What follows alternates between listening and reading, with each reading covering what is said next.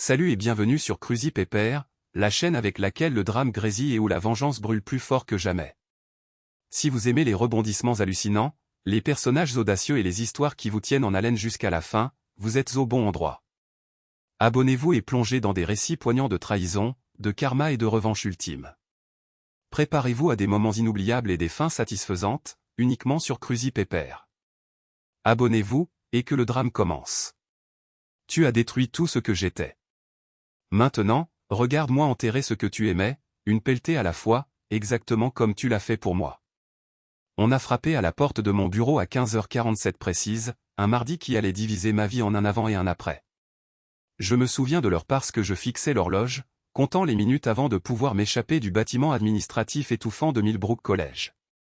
Entrez, ai-je dit, sans lever les yeux de la feuille de calcul budgétaire qui se moquait de moi depuis des heures. Un gamin maigre aux cheveux noirs est entré en traînant les pieds, serrant un sac à dos comme s'il contenait des codes nucléaires. Miguel, un truc comme ça. Je l'avais vu traîner sur le campus, mais je ne lui avais jamais parlé directement. Il avait ce regard, intelligent, mais invisible, le genre d'étudiant qui savait des choses. Monsieur l'ANG ? Sa voix a légèrement craqué. J'ai quelque chose pour vous. Il a posé une clé USB sur mon bureau avec la déférence de quelqu'un qui livre des preuves au FBI. Pas un mot, juste un sourire narquois qui m'a retourné l'estomac. Qu'est-ce que c'est que ça, ai-je demandé, mais il reculait déjà vers la porte. Vous saurez quand vous le verrez. La porte s'est refermée, me laissant seul avec cet inoffensif morceau de plastique qui allait détruire tout ce que je pensais savoir sur ma vie. J'aurais dû le jeter. J'aurais dû supprimer tout le poison numérique qu'il contenait sans regarder. Mais après 13 ans de mariage avec Jenna, après l'avoir vue devenir de plus en plus distante, de plus en plus secrète, de plus en plus cruelle dans ses rejets désinvoltes de mon existence, la curiosité. Le fichier vidéo s'est ouvert avec l'horodatage de jeudi dernier. L'angle suggérait une caméra cachée, peut-être dans une bibliothèque. L'endroit était immédiatement reconnaissable. Le bureau de Jenna au département d'anglais, avec ses posters de motivation prétentieux et ses piles de copies non corrigées. Ma femme est apparue dans le cadre, mais elle n'était pas seule.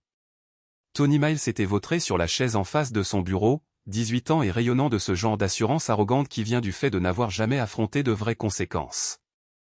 Il était beau d'une manière générique qui faisait perdre la tête aux femmes d'âge moyen. Mâchoire carrée, carrure athlétique, le genre de sourire qui promet des ennuis.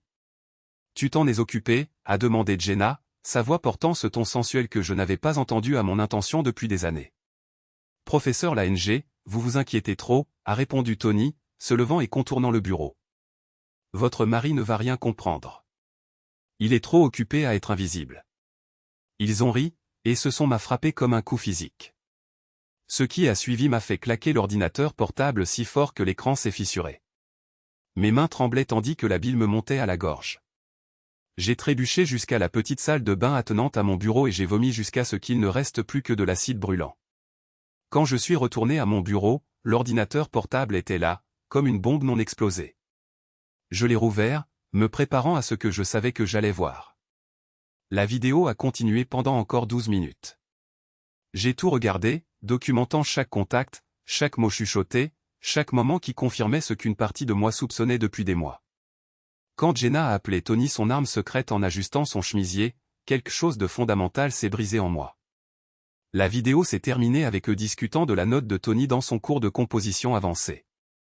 Un A comme promis, a dit Jenna, sa main glissant le long de sa poitrine. Tu l'as certainement mérité. Je suis resté assis dans mon bureau jusqu'à bien après 18 heures, fixant l'écran noir et sentant l'architecture soignée de ma vie s'effondrer autour de moi. 13 ans de mariage, 5 ans à essayer d'avoir des enfants qui ne sont jamais venus. D'innombrables dîners de faculté où j'ai souri et hoché la tête pendant que Jenna charmait tout le monde avec son esprit et son intelligence, ne mentionnant jamais que son mari existait d'une manière significative. Le trajet en voiture jusqu'à la maison a été un flou de rage et d'engourdissement. J'ai trouvé Jenna dans notre cuisine, corrigeant des copies avec un verre de vin à son coude, l'image même du professeur dévoué. Belle, brillante, accomplie et pourrie. Jusqu'à la moelle. Comment s'est passée ta journée ? A-t-elle demandé sans lever les yeux. Bien, ai-je réussi à dire. La tienne ? Les habituelles conférences avec les étudiants, la réunion du département, rien d'excitant. Le mensonge est venu si facilement, livré avec une telle indifférence désinvolte que j'ai presque admiré son talent, presque. Cette nuit-là, je suis resté éveillé à côté d'elle, l'écoutant respirer et planifiant mon prochain coup. L'ancien Derek l'aurait confronté immédiatement, exigeant des explications et finissant probablement par s'excuser d'avoir envahi sa vie privée. Mais cette version de moi était morte à 15h47 dans mon bureau. Le nouveau moi comprenait que l'information était le pouvoir, et je n'avais fait qu'effleurer la surface de ce que j'avais besoin de savoir. Le système d'information des étudiants de Millbrook était risiblement peu sûr. Une relique du début des années 2000 qui fonctionnait grâce à l'équivalent numérique de rubans adhésifs et de prières. En tant qu'administrateur, j'avais accès aux dossiers académiques, aux relevés de notes et aux données d'inscription remontant à 15 ans. Tony Miles avait suivi 3 cours avec ma femme au cours des 2 derniers semestres. Ces notes racontaient une histoire intéressante. Un D+ en introduction à la littérature avec le professeur Partiel, un C en écriture créative avec le professeur Chen, et un parfait A en composition avancée avec le professeur Jenna Lange. Les journaux de modification de notes étaient encore plus révélateurs. La note initiale de Tony dans le cours de Jenna avait été saisie comme un C++ le 15 mai. Le 18 mai, elle a été changée en A. La modification a été effectuée à 23h23 en utilisant l'identifiant de professeur de Jenna. J'ai recoupé la date avec nos SMS. Le 18 mai, Jenna avait prétendu travailler tard sur des évaluations départementales. Elle était rentrée après minuit sentant le vin et donnant des excuses concernant un dîner de faculté qui avait duré longtemps. Mais la véritable révélation est venue quand j'ai fouillé dans le dossier disciplinaire de Tony. 3 plaintes avaient été déposées contre lui au cours de la dernière année, comportement inapproprié envers des étudiantes, suspicion de tricherie aux examens et un incident de bizutage qui avait été mystérieusement abandonné sans enquête. Chaque plainte avait été traitée par le même administrateur, le doyen Walter Bobby. Bobby était de la vieille école, le genre d'homme qui portait encore des vestes en tweed sans ironie et qui croyait que la titularisation le rendait intouchable. Il dirigeait le département d'anglais depuis 12 ans, assez longtemps pour développer le complexe de Dieu qui vient avec un pouvoir incontrôlé sur les jeunes membres du corps professoral. Je l'avais toujours trouvé effrayant, la façon dont ses yeux s'attardaient trop longtemps sur les étudiantes et les collègues. Maintenant, je me demandais si Jenna avait été victime de sa marque particulière de mentorat, ou si elle était une participante volontaire au jeu auquel il jouait. Le lendemain matin, j'ai installé un enregistreur vocal numérique dans le bureau de Jenna. Il m'a fallu 3 voyages pour bien synchroniser le moment, me faufilant pendant les pauses déjeuner et les heures du soir où le bâtiment était presque vide. L'appareil était plus petit qu'une boîte d'allumettes et magnétique, conçu pour se coller sous les classeurs métalliques sans être détecté. Je me suis dit que je recueillais des preuves pour un avocat spécialisé dans les divorces, mais au fond de moi, je savais que c'était plus que ça. Je voulais comprendre toute l'étendue de leur trahison, cartographier chaque mensonge et chaque tromperie avant de décider comment réagir. Les premiers enregistrements étaient banals. Des conférences avec les étudiants, des appels téléphoniques avec des éditeurs au sujet des manuels scolaires, des plaintes concernant les politiques administratives. Mais jeudi après-midi, j'ai trouvé de l'or. Walter, c'est moi. La voix de Jenna est sortie du petit haut-parleur de mon bureau pendant que j'écoutais les enregistrements de la journée. Nous devons parler de la situation de Miles. Je vous ai dit que c'était réglé, est venue la réponse bourrue. Le doyen Bobby, bien que la qualité de la voix ait clairement indiqué qu'il était au téléphone en mode haut-parleur. La famille a reçu un règlement très généreux pour se taire sur l'incident de l'année dernière. Ce n'est pas ça qui m'inquiète, a dit Jenna. Tony devient négligent. Hier, il m'a pratiquement palpé dans le couloir avec lequel tout le monde pouvait voir. Bis a gloussé, un son qui m'a donné la chair de poule. Les jeunes hommes comprennent rarement la discrétion, mais il sert son objectif, n'est-ce pas? Et les dons de son père ont été très utiles pour le département. Son objectif? La voix de Jenna s'est aiguisée. Walter, je ne suis pas une sorte de... Bien sûr que non, ma chère. Vous êtes une éducatrice brillante qui comprend que le monde universitaire exige certains compromis, tout comme je l'ai compris quand vous avez eu besoin d'aide pour ce problème de plagiat au printemps dernier. La ligne est restée silencieuse pendant plusieurs secondes. Quand Jenna a repris la parole, sa voix était plus faible, vaincue. C'était différent. L'étudiant avait réellement plagié le travail, n'est-ce pas? Les preuves étaient plutôt minces, si je me souviens bien. Mais vous aviez besoin d'une titularisation et j'avais besoin de votre coopération pour la restructuration du programme d'études. Tout le monde a obtenu ce qu'il voulait. Et maintenant, vous continuez à être le professeur exceptionnel que vous avez toujours été. Tony obtient son diplôme en mai. Son père signe un autre chèque et nous passons tous à autre chose. À moins bien sûr que vous ne préfériez expliquer au comité de titularisation pourquoi vous avez modifié les notes pour des raisons personnelles. La conversation s'est terminée là, mais je suis resté assis à écouter le silence pendant plusieurs minutes, digérant ce que je venais d'entendre. Ma femme n'avait pas seulement une liaison. Elle était victime de chantage pour en avoir une. Mais au lieu de la sympathie, je n'ai ressenti qu'une rage froide de voir avec quelle facilité elle avait sacrifié son intégrité et notre mariage pour faire avancer sa carrière. Ce soir-là, Jenna est rentrée à la maison avec des fleurs et du vin, suggérant que nous dînions au restaurant italien où nous avions eu notre premier rendez-vous. Elle essayait de renouer les liens, se sentant probablement coupable de ses activités extrascolaires. « Tu as l'air différent ces derniers temps », a-t-elle dit au-dessus de pattes éclairées à la bougie, tendant la main par-dessus la table pour toucher la mienne. « Le stress du travail », ai-je répondu, laissant ses doigts s'entrelacer avec les miens pendant que mon esprit calculait les angles et les possibilités. Des réductions budgétaires, des réductions de personnel, le cauchemar administratif habituel, a-t-elle hoché la tête avec sympathie, jouant le rôle de la femme de soutien avec une conviction digne d'un Oscar. Je sais que je n'ai pas été le meilleur partenaire ces derniers temps non plus. La pression de la titularisation, le travail de comité, c'était accablant. Nous allons nous en sortir, ai-je dit, et je le pensais, mais pas de la façon dont elle l'imaginait. L'ancien Derek aurait été reconnaissant de ce moment d'intimité. Il se serait convaincu que tous les problèmes existants pouvaient être résolus grâce à une meilleure communication et à une thérapie de couple. Mais le nouveau Derek comprenait que certains ponts, une fois brûlés, ne pourraient jamais être reconstruits.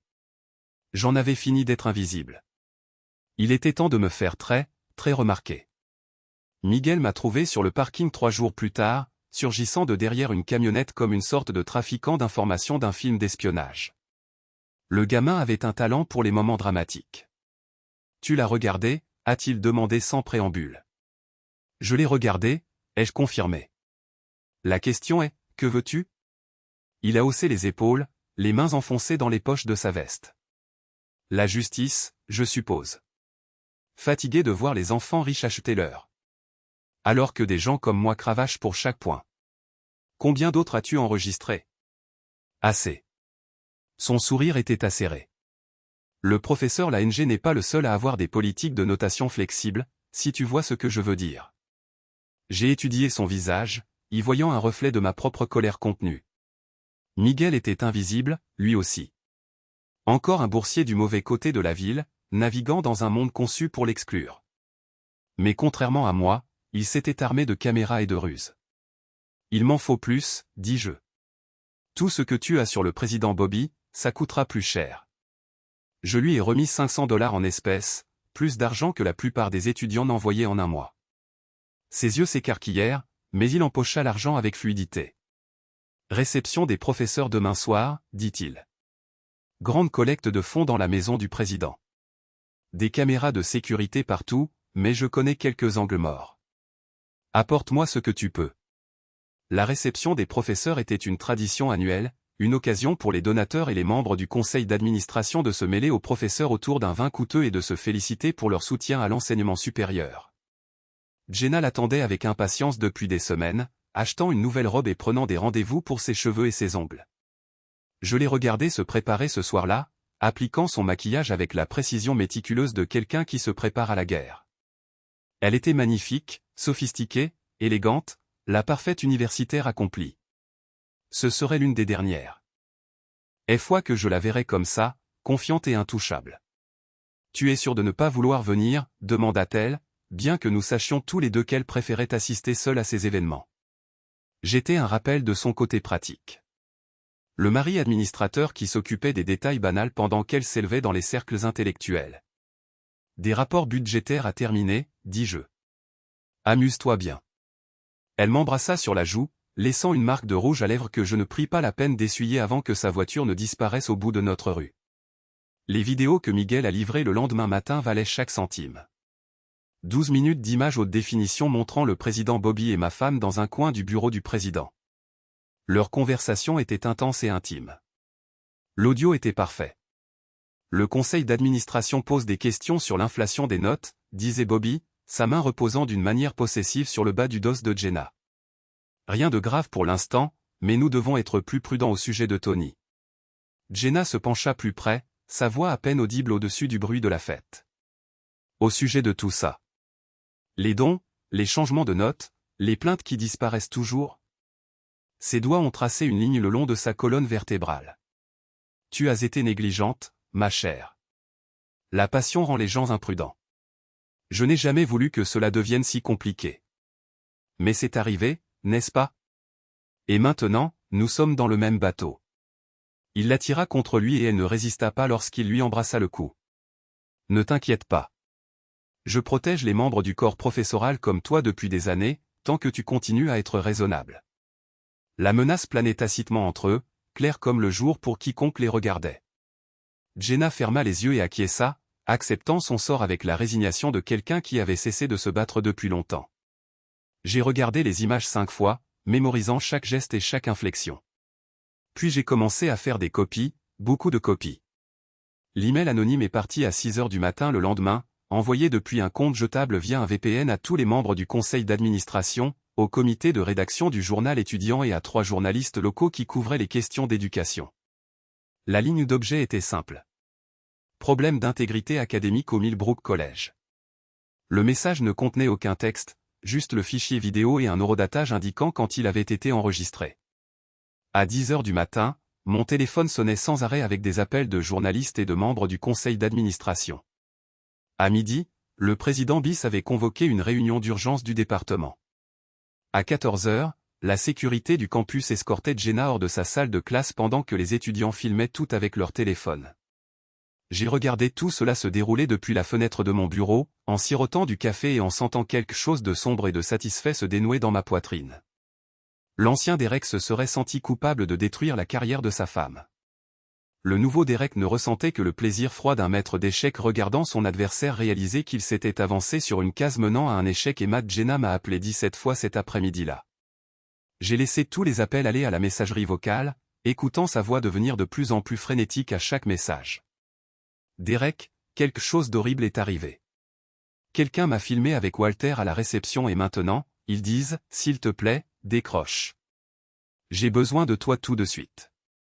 Je sais comment ça se présente, mais ce n'est pas ce que, où es-tu? Pourquoi ne réponds-tu pas? Les journalistes sont devant notre maison et je ne sais pas quoi. Le dernier message est arrivé à 18h15. Je sais que c'est toi. J'ai supprimé tous les messages vocaux sans les réécouter. Quand je suis finalement rentré chez moi ce soir-là, j'ai trouvé Jenna assise sur les marches de notre porte, portant toujours les mêmes vêtements que le matin. Son maquillage avait coulé, ses cheveux étaient en désordre, et elle semblait plus petite, diminuée par le poids de ses secrets révélés. Pourquoi, demanda-t-elle alors que je remontais l'allée. Pourquoi? Quoi? J'ai ouvert la porte d'entrée, entrant sans l'aider à se relever. Elle m'a suivi dans la cuisine où j'ai méthodiquement commencé à préparer le dîner comme si rien n'avait changé. Ne joue pas à ça avec moi, Derek. Je sais que tu as envoyé cette vidéo. Je ne sais pas de quoi tu parles. J'ai ouvert une boîte de soupe et l'ai versée dans une casserole. La routine domestique, absurdement normale compte tenu des circonstances. Le conseil d'administration m'a suspendu en attendant les résultats de l'enquête. Walter a été mis en congé administratif. Il parle de poursuite pénale. Sa voix se brisa. Ma carrière est finie. C'est malheureux. J'ai remué la soupe, sans la regarder. Mais je suis sûr que tu trouveras une solution. Tu le fais toujours. Elle a saisi mon bras, me forçant à la regarder. Derek, s'il te plaît. Je sais que j'ai fait des erreurs, mais... Des erreurs. Le mot est sorti plus fort que je ne l'avais voulu. Coucher avec ton étudiant était une erreur. Changer ses notes était une erreur. Me mentir pendant des mois était une erreur. Son visage est devenu blanc. Comment sais-tu pour Tony? Au sujet des changements de notes, au sujet de tout ça. J'ai retiré son emprise parce que, contrairement à toi, je suis réellement bon dans mon travail. Et contrairement à Bobby, je n'ai pas besoin de faire chanter les gens pour obtenir ce que je veux. La vérité planait entre nous comme un fil électrique. Le calme de Jenna s'est finalement brisé et elle a commencé à pleurer. Des sanglots laids et désespérés qui auraient pu me toucher autrefois. Je n'ai jamais voulu te blesser, dit-elle à travers ses larmes. Walter a menacé ma titularisation. Il a dit qu'il ruinerait ma carrière si je ne le faisais pas. Alors, tu as choisi de ruiner notre mariage à la place. Je pensais que je pourrais gérer ça. Je pensais que ce serait temporaire, juste jusqu'à ce que j'obtienne ma titularisation et que je puisse être transféré dans un autre département. Mais ensuite, Tony a commencé à en demander plus et Walter a continué à pousser et je me suis retrouvé tellement enfoncé que je ne trouvais plus d'issue. J'ai éteint la cuisinière et je l'ai regardé en face pour la première fois depuis des heures. Voici ce qui va se passer. Tu vas faire tes valises et partir ce soir. Trouve un hôtel, reste chez un ami. Je m'en fiche. Mais tu ne dormiras plus dans ma maison. Derek, s'il te plaît. Je demanderai le divorce la semaine prochaine. Tu peux garder l'argent que tu as sur tes comptes personnels, mais tout le reste ici.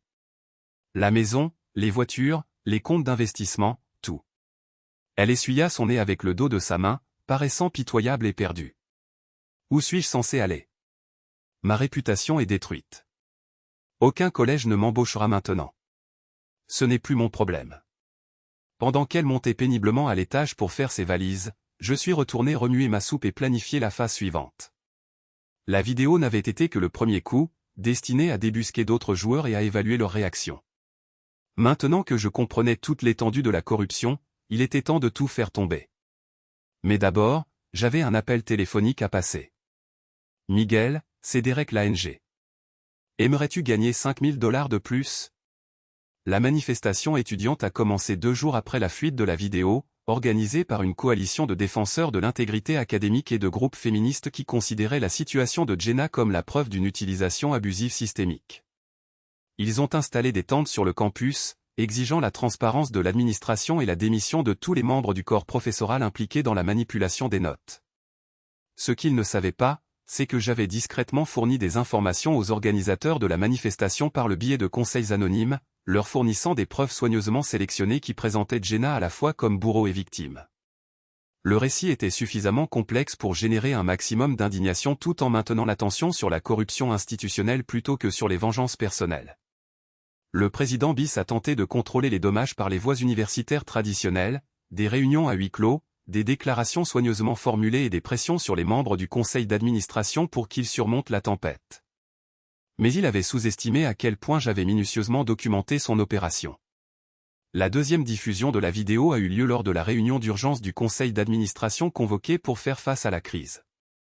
Miguel s'était surpassé, capturant des images de Bobby dans son bureau en train de compter de l'argent provenant d'une enveloppe en manille tout en parlant au téléphone avec quelqu'un qui discutait de l'arrangement habituel pour les étudiants à problème. L'audio était limpide. Les parents paient pour le nettoyage. L'enfant obtient un dossier vierge.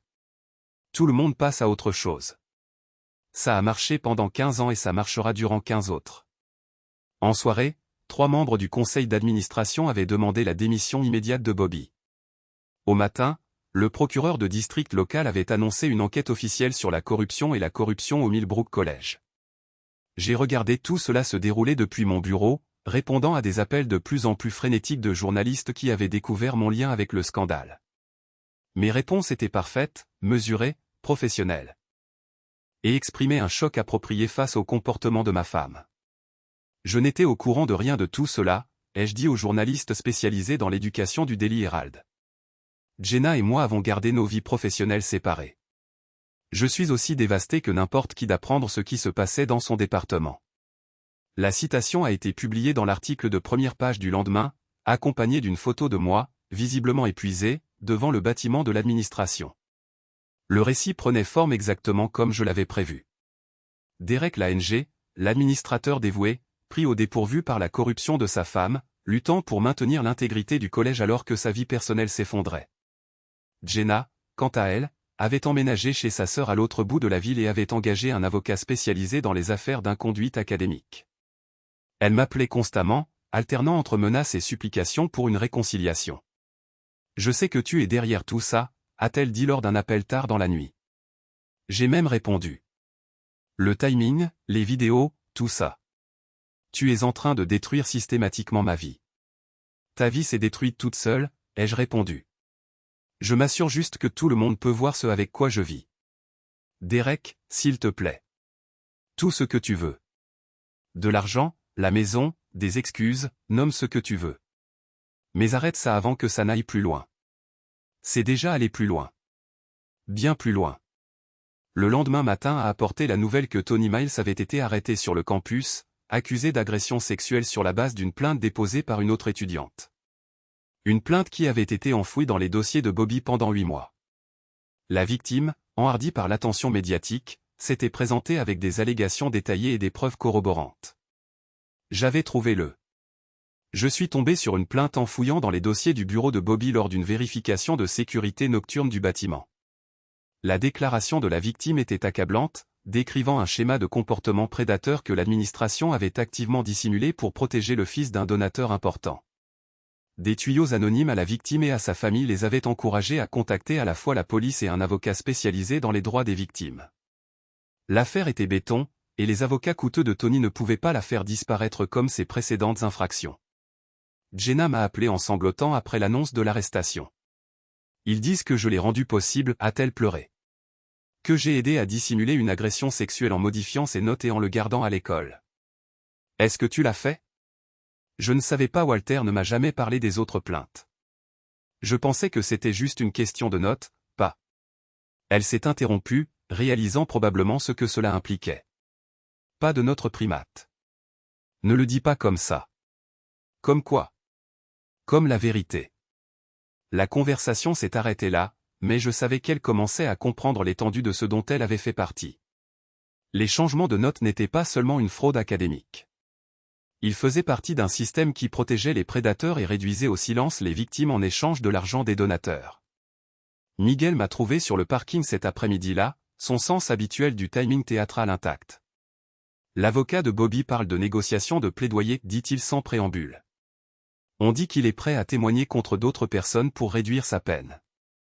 D'autres personnes, c'est-à-dire des membres du corps professoral qui étaient au courant des plaintes, des administrateurs qui ont enterré des preuves, des personnes qui ont pris de l'argent pour fermer les yeux.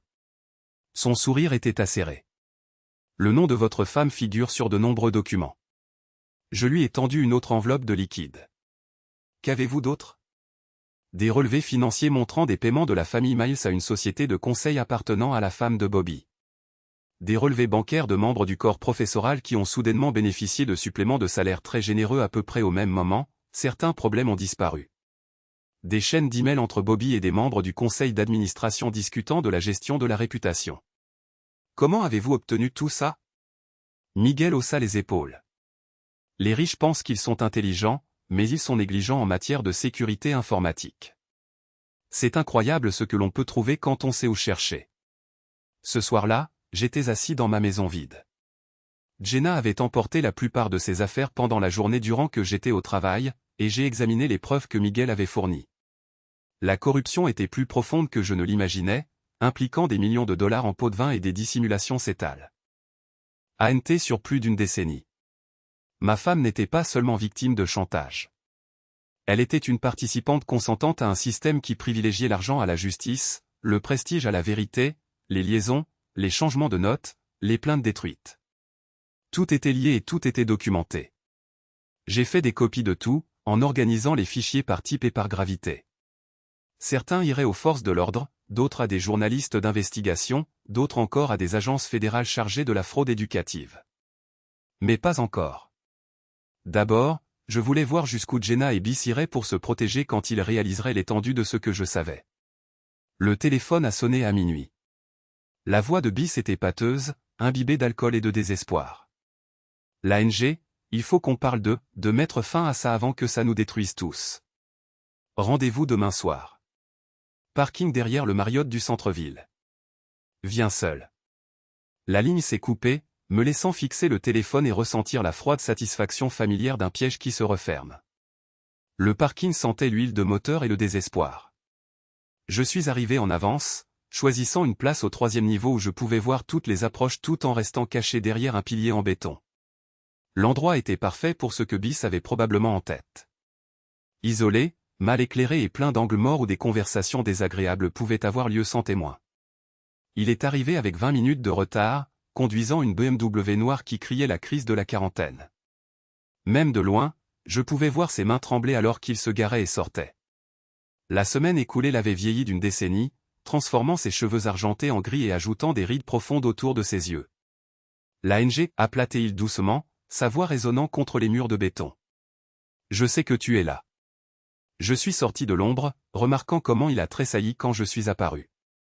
Le puissant président qui avait intimidé les membres du corps professoral pendant des années ressemblait maintenant exactement à ce qu'il était, un animal acculé désespéré d'échapper au piège qu'il avait construit pour lui-même.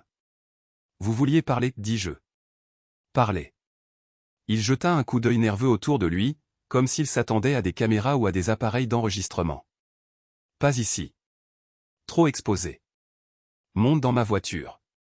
Je suis bien où je suis. Derek, s'il te plaît. Ce que je vais te proposer pourrait nous être très bénéfique à tous les deux. Je suis resté silencieux, le laissant transpirer tout en calculant les angles. Bis allait m'offrir de l'argent, beaucoup d'argent, en échange de la disparition des preuves. C'était le genre de solution grossière qui avait probablement fonctionné pour lui des centaines de fois auparavant. 500 000, dit-il finalement. En espèces, intraçables, livrés dans les 48 heures. Tout ce que tu as à faire, c'est détruire tous les enregistrements que tu as et convaincre ton complice étudiant de faire de même. Complice étudiant. N'insultez pas mon intelligence. Miguel Santon est votre espion depuis le début. Un gamin brillant, des compétences techniques impressionnantes, mais négligent quand il s'agit d'effacer ses traces numériques. Le sourire de Bis était laid. Tu as vraiment cru que je ne découvrirais pas qui te fournissait des informations? Un frisson me parcourut l'échine, mais je gardai une expression neutre. Je ne sais pas de quoi vous parlez. Bien sûr que non, tout comme tu ne sais rien des enregistrements supplémentaires cachés dans mon bureau ou des documents financiers que quelqu'un a téléchargés de notre serveur mardi soir dernier. Il s'approcha et je sentis l'odeur de whisky dans son haleine. Voici ce qui va se passer. Tu vas prendre mon argent et faire en sorte que tout ça disparaisse, sinon de très mauvaises choses vont arriver aux gens que tu aimes, comme Miguel Santon pour commencer. C'est incroyable la fréquence à laquelle les étudiants boursiers développent des problèmes de toxicomanie. La poudre blanche est particulièrement courante, me dit-on. C'est incroyable comment elle peut simplement apparaître dans les chambres d'étudiants lors d'inspections de routine. La menace a été prononcée avec une malice désinvolte. Le ton d'un homme qui a détruit des vies si souvent que c'était devenu une routine. J'ai senti quelque chose de froid et de pointu s'installer dans ma poitrine. Et si je refuse, alors ton jeune ami sera renvoyé et arrêté. Ta femme sera accusée de crimes fédéraux qui pourraient la mettre en prison pendant 20 ans, et tu perdras tout ce pour quoi tu as travaillé d'une manière très publique et humiliante. Il écarta les mains comme un homme raisonnable faisant une offre raisonnable. Où tu prends l'argent, tu disparais discrètement, et tout le monde passe à autre chose. J'ai fait semblant d'examiner sa proposition, laissant le silence s'étirer jusqu'à ce qu'il commence à s'agiter nerveusement. Quoi? ND, j'ai finalement parlé, ma voix était calme et égale. Contre-proposition. Vous démissionnez immédiatement, renoncez à votre pension et coopérez pleinement avec l'enquête fédérale. En échange, je m'assurerai que les procureurs savent que vous avez été serviable. Son visage est devenu rouge. Espèce de petit crétin arrogant. Tu as la moindre idée à qui tu as affaire? Je protège cette institution auparavant que tu n'apprennes à lasser tes chaussures. J'ai des relations au sein du gouvernement de l'État, du ministère fédéral de l'Éducation, des agences des forces de l'ordre dont tu n'as jamais entendu parler. Avez des relations, ai-je corrigé. Au passé. C'est incroyable comme des amis puissants disparaissent rapidement quand le scandale devient trop gros pour être contenu. La main de Bis se dirigea vers la poche de sa veste, et je me suis tendu, prêt à courir ou à me battre. Mais au lieu d'une arme, il sortit son téléphone. Un appel, dit-il, le doigt planant au-dessus de l'écran. Un appel et Miguel Santon devient une autre statistique tragique. Overdose, fin de vie, accident. Fais ton choix. C'est alors que j'ai cessé de faire semblant d'être l'ancien Derek Lange, l'administrateur passif qui résolvait les problèmes par le biais de comités et de procédures. C'est alors que la nouvelle version a émergé pleinement, froide et calculatrice et totalement sans pitié. Passe l'appel, dis-je. Il hésita, s'attendant probablement à ce que je cède immédiatement. Quoi? Passe l'appel. Fais-le maintenant devant moi. Montre-moi exactement qui tu es vraiment. Derek, tu ne comprends pas. Je comprends parfaitement. Tu es un prédateur qui se cache derrière la respectabilité académique depuis des décennies. Tu as détruit des carrières, réduit au silence des victimes et corrompu tout ce que tu as touché. Et présentement, tu menaces d'éliminer un gamin parce que ton racket de protection s'effondre. J'ai sorti mon propre téléphone, le tenant en l'air pour qu'il puisse voir l'écran. Mais voici ce que tu ne comprends pas. Cette conversation est enregistrée et diffusée en direct sur un serveur privé. Tout ce que tu as dit, chaque menace que tu as proférée, chaque aveu de culpabilité, tout est documenté et automatiquement sauvegardé à plusieurs endroits. Son visage pâlit. Tu bluffes.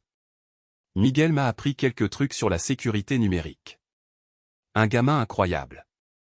Un avenir brillant devant lui, en supposant qu'il survive à tes tendres miséricordes. J'ai fait un pas de plus. Assez près pour voir la peur dans ses yeux. Alors, vas-y, passe ton appel. Montre au monde exactement quel genre de monstre tu es. La main de Bis commença à trembler. Le téléphone lui glissa des doigts, s'entrechoquant sur le sol en béton. C'est alors que je me suis déplacé. Le coup de poing a atterri parfaitement, atteignant son plexus solaire et le faisant tomber à genoux. Des années de frustration administrative et de rage refoulée ont traversé mon poing, et j'ai senti son souffle le quitter dans un sifflement de douleur et de surprise. C'est pour Miguel, dis-je, me tenant au-dessus de lui alors qu'il haletait pour reprendre son souffle. Il essaya de parler, probablement pour menacer ou supplier, mais je n'avais pas fini. Le deuxième coup de poing l'a frappé à la mâchoire, lui fendant la lèvre et envoyant du sang gicler sur le sol du garage. C'est pour chaque étudiant que tu as réduit au silence. Le troisième coup de poing lui a cassé le nez avec un craquement humide qui a résonné contre les murs de béton. Il est tombé à la renverse, du sang coulant sur son visage, gémissant comme un animal blessé. Et c'est pour ma femme, pour l'avoir transformé en quelqu'un que je ne reconnais pas, pour l'avoir forcé à choisir entre sa carrière et son âme. Je suis resté là, respirant fort, regardant la figure pathétique qu'il était devenu. Le puissant président qui avait terrorisé les membres du corps professoral pendant des années n'était plus qu'un vieil homme brisé qui saignait sur le sol d'un parking. Voici ce qui va se passer ensuite, dis-je, ma voix étonnamment stable. Tu vas te rendre toi-même aux urgences les plus proches et leur dire que tu es tombé dans des escaliers. Demain matin, tu vas soumettre ta démission et annoncer ta pleine coopération avec l'enquête fédérale. Tu vas renoncer à ta pension, liquider tes biens et passer les années qu'il te reste à te faire pardonner auprès des personnes que tu as blessées. Il essaya de se redresser en crachant du sang. Et si je ne le fais pas, alors Miguel divulguera tout ce que nous avons à tous les médias du pays. Des relevés financiers, des conversations enregistrées, des preuves vidéo, des témoignages de victimes, tout. La société de conseil de ta femme, tes relations avec le conseil d'administration, tes comptes cachés, tout sera rendu public, et tu passeras tes années d'or dans une prison fédérale. J'ai ramassé son téléphone et le lui ai tendu. Ton choix. Une sortie gracieuse ou une destruction complète. Mais c'est à toi de voir. Quoi qu'il en soit, tes jours où tu blessais les gens sont révolus. En m'éloignant, le laissant saigner dans l'ombre, j'ai ressenti quelque chose que je n'avais pas vécu depuis des années. Une satisfaction totale. L'ancien Derek se serait senti coupable de la violence, aurait appelé une ambulance et se serait probablement excusé. Mais le nouveau Derek comprenait que certaines personnes ne réagissaient qu'au langage qu'elles avaient passé leur vie à parler. Le pouvoir, la peur, la douleur. Maintenant, ils allaient enfin comprendre ce que ça faisait d'être de l'autre côté. Bobby a démissionné le lendemain matin par courriel, invoquant des problèmes de santé et annonçant son intention de coopérer pleinement aux enquêtes en cours. Dans l'après-midi, il était dans un avion pour la Suisse, espérant sûrement accéder à des comptes cachés avant que les agents fédéraux ne puissent les geler. Mais Miguel et moi avions 3 coups d'avance depuis des semaines. Chaque transaction, chaque actif caché, chaque tentative de transférer de l'argent à l'étranger avait été documentée et signalée aux autorités compétentes. Les comptes suisses de Bis étaient déjà gelés, la société de conseil de sa femme faisait l'objet d'une enquête fédérale et son réseau de corruption exposé à la dure lumière de la justice. Jenna m'a appelé ce soir-là, sa voix était creuse de désespoir. Walter a disparu, a-t-elle dit. Juste disparu.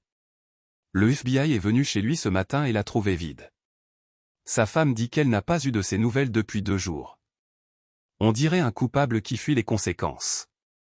Derek, ils disent que j'ai fait partie d'une conspiration criminelle, que j'ai aidé à blanchir de l'argent et à dissimuler des agressions sexuelles. Sa voix s'est brisée. Ils veulent que je témoigne contre Walter en échange d'une réduction de peine. Vas-tu le faire? Longue pause. Je ne sais pas. Je n'arrive plus à penser clairement. Tout s'écroule si vite. Peut-être aurais-tu dû y penser avant de choisir de coucher avec ton étudiant et de changer ses notes. Ce n'était pas si simple. Tu ne comprends pas la pression que je subissais. Les menaces que Walter a proférées. Je comprends parfaitement. Tu as fait des choix, Jenna. De mauvais choix qui ont blessé des gens. Maintenant, tu dois vivre avec les conséquences. Elle a recommencé à pleurer.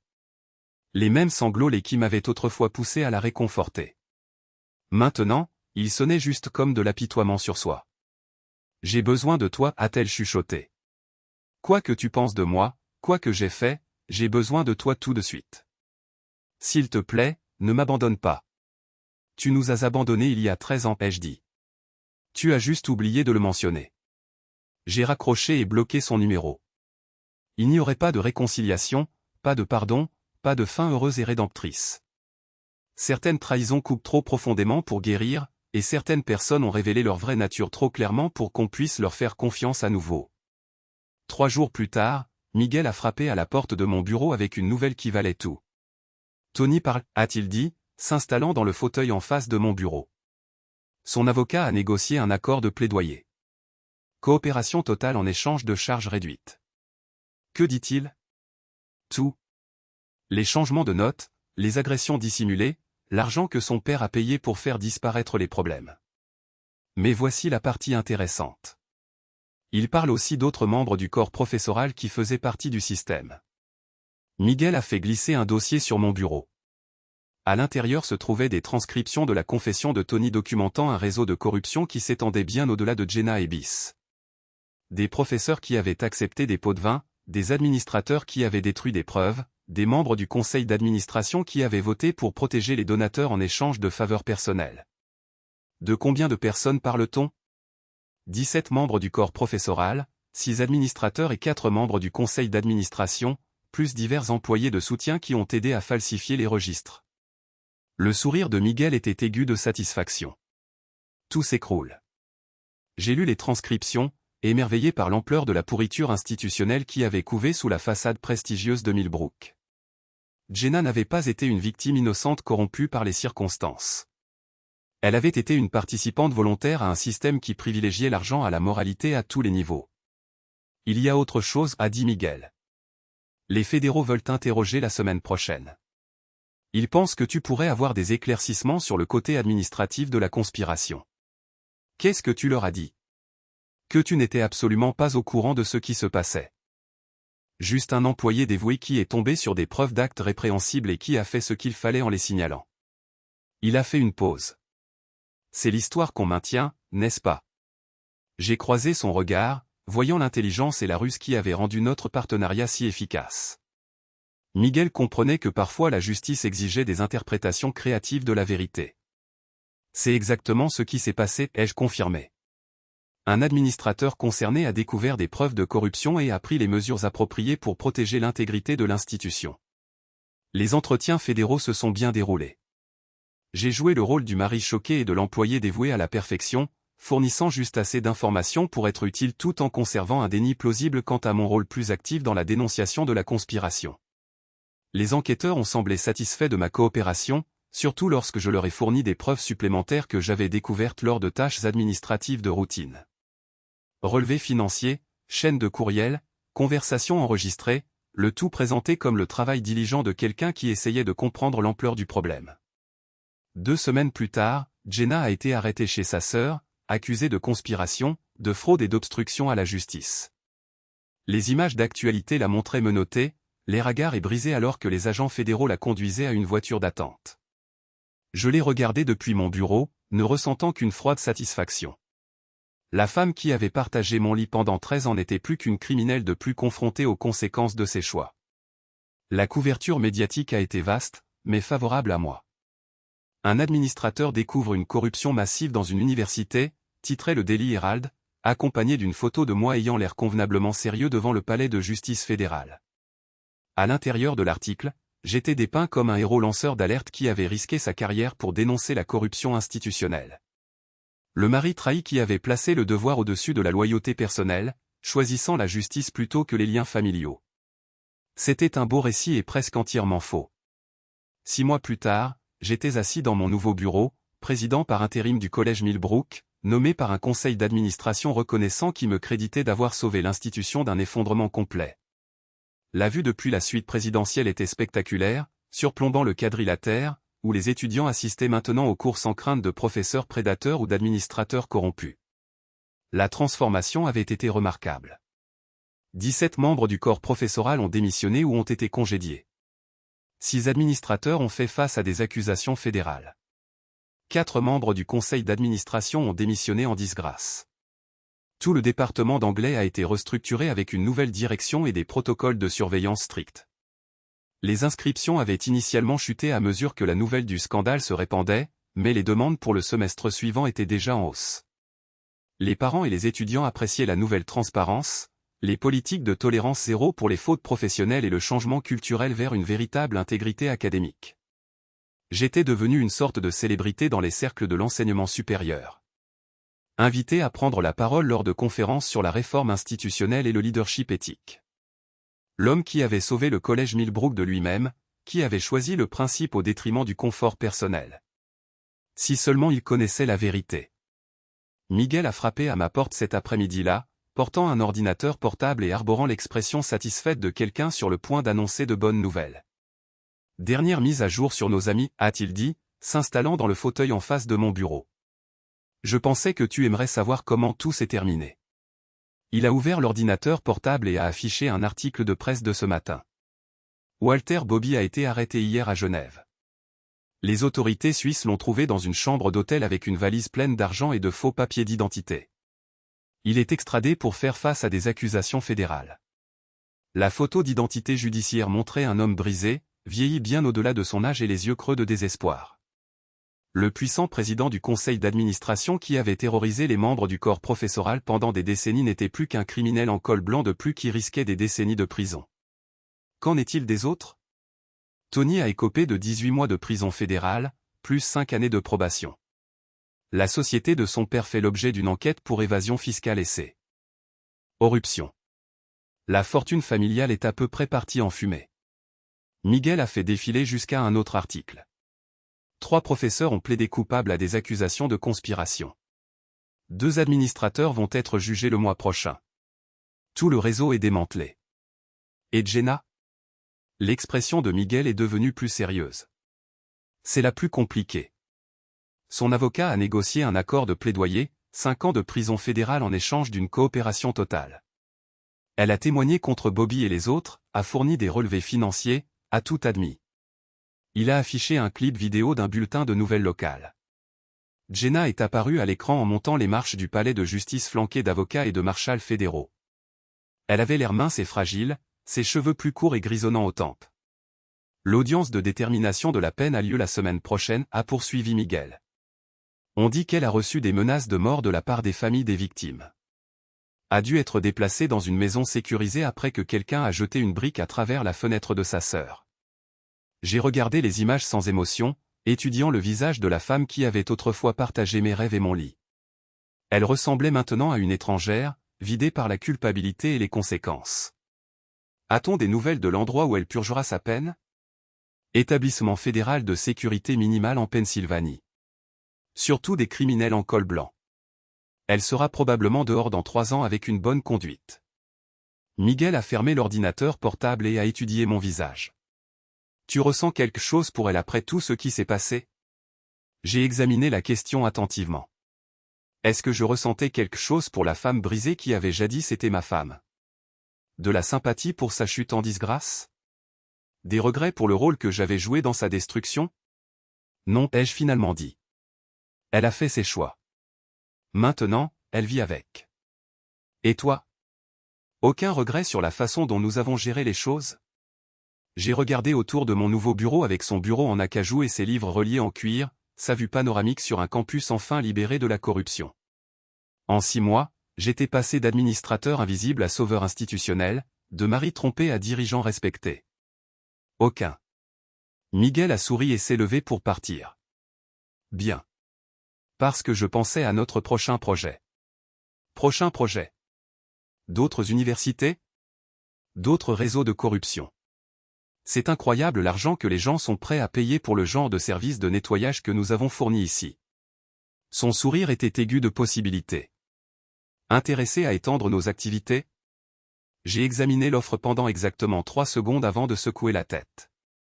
Je pense que je vais m'en tenir à la réforme institutionnelle légitime à partir de maintenant. C'est dommage. Mais si tu changes d'avis, tu sais comment me joindre. Après son départ, je suis retourné aux rapports financiers étalés sur mon bureau. La dotation de Millbrook avait considérablement augmenté au cours des 6 derniers mois, stimulée par les dons d'anciens élèves impressionnés par notre engagement envers la transparence et la réforme. L'ironie ne m'a pas échappé. En détruisant le système corrompu qui avait protégé la liaison de ma femme, j'étais devenu accidentellement l'emblème de la réforme. Intégrité académique. L'homme qui avait orchestré avec soin un assassinat moral était maintenant célébré comme un modèle de vertu. Mais la plus grande ironie était plus simple que cela. En essayant de me rendre visible, j'étais devenu plus invisible que jamais. Tout le monde voyait Derek Lange, le héros, le lanceur d'alerte, le sauveur institutionnel.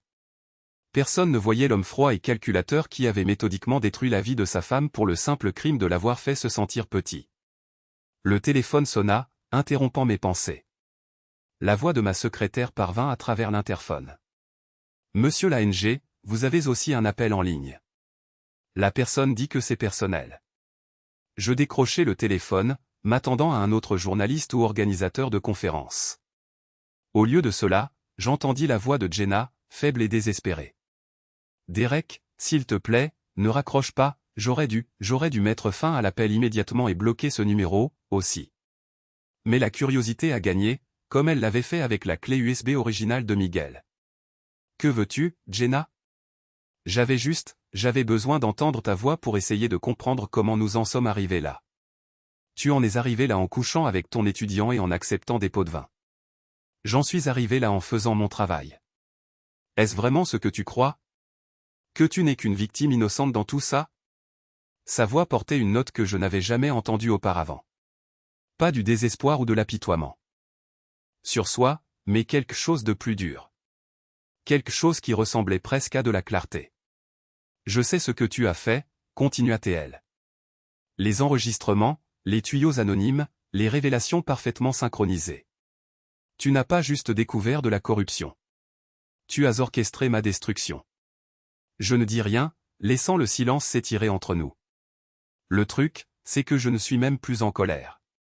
Ce que tu m'as fait, c'est probablement ce que je méritais. Mais la façon dont tu l'as fait, Derek, le calcul froid, l'absence totale de pitié, ça me fait peur.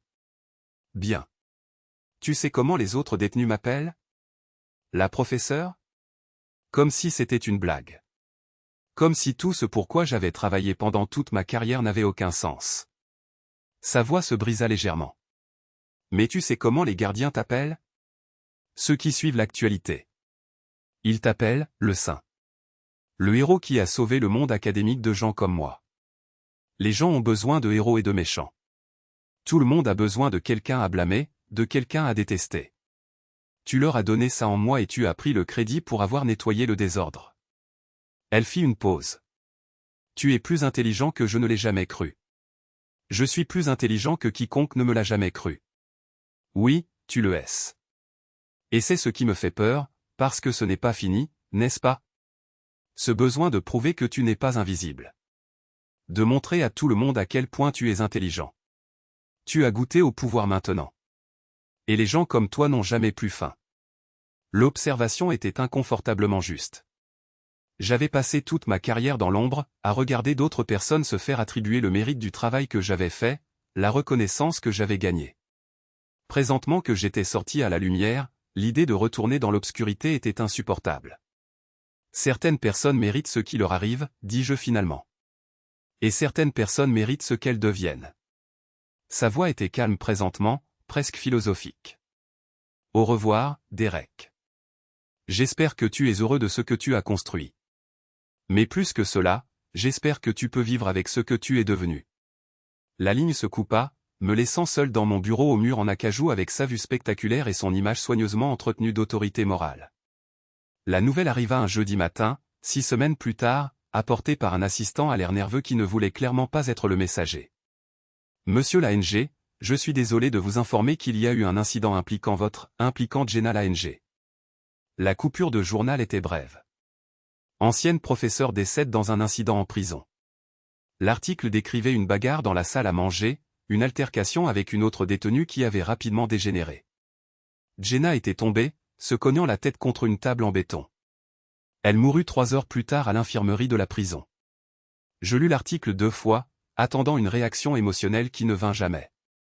Pas de chagrin, pas de regret, pas de sentiment de perte, juste une froide satisfaction que le dernier fil lâche avait été noué. Monsieur, l'assistant était toujours là, incertain de la marche à suivre. Devrais-je? Y a-t-il quelque chose que vous devez faire? Des arrangements où? Sa sœur peut s'en occuper, dis-je en rendant la coupure. Envoyer des fleurs, quelque chose d'approprié. Les funérailles étaient petites et privées, tenues dans une chapelle miteuse de l'autre côté de la ville. J'arrivai en retard et m'assis au fond, regardant la sœur de Jenna et une poignée d'anciens collègues dire au revoir à la femme qui avait autrefois été ma femme. Le service fut heureusement bref. Personne ne mentionna ses réalisations académiques ou ses contributions à la littérature. Au lieu de cela, ils se concentrèrent sur ces derniers mois, sa coopération avec les enquêteurs, son apparent remords pour le mal qu'elle avait causé. C'était une version aseptisée de son histoire, éditée pour la consommation publique et dépouillée de complexité. La vraie Jenna, brillante, ambitieuse, moralement flexible et finalement autodestructrice, était enterrée sous des couches de récits commodes, tout comme le vrai Derek Lange était enterré sous une mythologie de l'administrateur juste qui avait sauvé son institution de la corruption. Après le service, je me tins à l'extérieur de la chapelle, regardant les personnes en deuil passer devant le corbillard. La plupart évitaient le contact visuel, probablement incertains de la façon d'interagir avec le mari en deuil, qui avait également été le lanceur d'alerte responsable de la chute de sa femme. Mais une personne s'approcha de moi directement. La professeure Kira Sall du département de philosophie, l'une des rares membres du corps professoral à être sortie du scandale avec sa réputation intacte. Derek, dit-elle. Elle est sa voix soigneusement neutre. Je suis désolé pour ta perte. Merci. Elle étudia mon visage avec l'intensité de quelqu'un entraîné à examiner les questions morales. Puis-je te demander quelque chose? Hypothétiquement? Bien sûr. Si quelqu'un savait que ses actions mèneraient à la destruction d'une autre personne, une destruction totale, complète, mais que ses actions étaient techniquement légales et sans doute justifiées, cette personne porterait-elle une responsabilité morale pour le résultat? C'était le genre de question éthique abstraite que les professeurs de philosophie adoraient, déguisée en curiosité intellectuelle, mais clairement dirigée vers moi personnellement. Ça dépendrait, répondis-je prudemment, de si la destruction était méritée, et qui décide qui mérite, la personne qui a le pouvoir de le faire? Kira hocha lentement la tête, comme si j'avais confirmé quelque chose qu'elle soupçonnait. C'est une réponse très honnête et très effrayante. Elle s'éloigna sans un mot de plus, me laissant seul sur le parking avec le poids de son accusation tacite. Ce soir-là, je m'assis dans mon bureau à domicile, la même pièce où j'avais regardé la vidéo de Miguel pour la première fois, et passé en revue les réalisations de l'année écoulée. Le Millbrook College était plus fort que jamais, avec un nombre record d'inscriptions et une réputation d'intégrité qui attirait des professeurs et des étudiants de premier plan. J'avais été invité à siéger à 3 comités nationaux de l'éducation et j'avais reçu des offres d'universités plus grandes intéressées par mon expertise en matière de réforme institutionnelle. Ma transformation d'administrateur invisible en leader reconnu était complète. Mais la question de Kira persistait. Qui décide si la destruction est méritée? La réponse, réalisai-je, était simple. Quiconque avait l'intelligence de percer les mensonges, la patience de recueillir des preuves et la cruauté d'utiliser les deux efficacement. Pendant 13 ans, j'avais regardé ma femme me traiter comme un meuble. Présent, mais sans importance, fonctionnel, mais oubliable. Elle avait supposé que j'étais trop passif pour riposter, trop conventionnel pour jouer selon ses règles. Elle s'était trompée sur tout sauf une chose. J'étais invisible. Mais l'invisibilité, découvris-je, était l'arme ultime. Personne ne soupçonnait l'administrateur discret d'orchestrer des complots de vengeance complexes. Personne n'imaginait que le mari trahi pourrait être plus dangereux que la professeure corrompue ou le président prédateur. Mon téléphone vibra avec un SMS de Miguel. Nouvelle opportunité, petite école d'arts libéraux dans le Vermont. Détournement de fonds par des professeurs et fraude aux admissions. Intéressé? Je fixai le message pendant plusieurs minutes, ressentant la faim familière de justice, ou ce que j'avais appris à appeler justice. Une autre institution corrompue. Une autre chance de prouver ma valeur en abattant les mensonges confortables qui protégeaient les coupables. Mais les derniers mots de Jenna résonnèrent dans mon esprit. Les gens comme toi n'ont jamais plus faim. Elle avait raison sur ce point aussi. Le goût du pouvoir était addictif, et la satisfaction de détruire mes ennemis avait éveillé quelque chose de sombre et d'insatiable.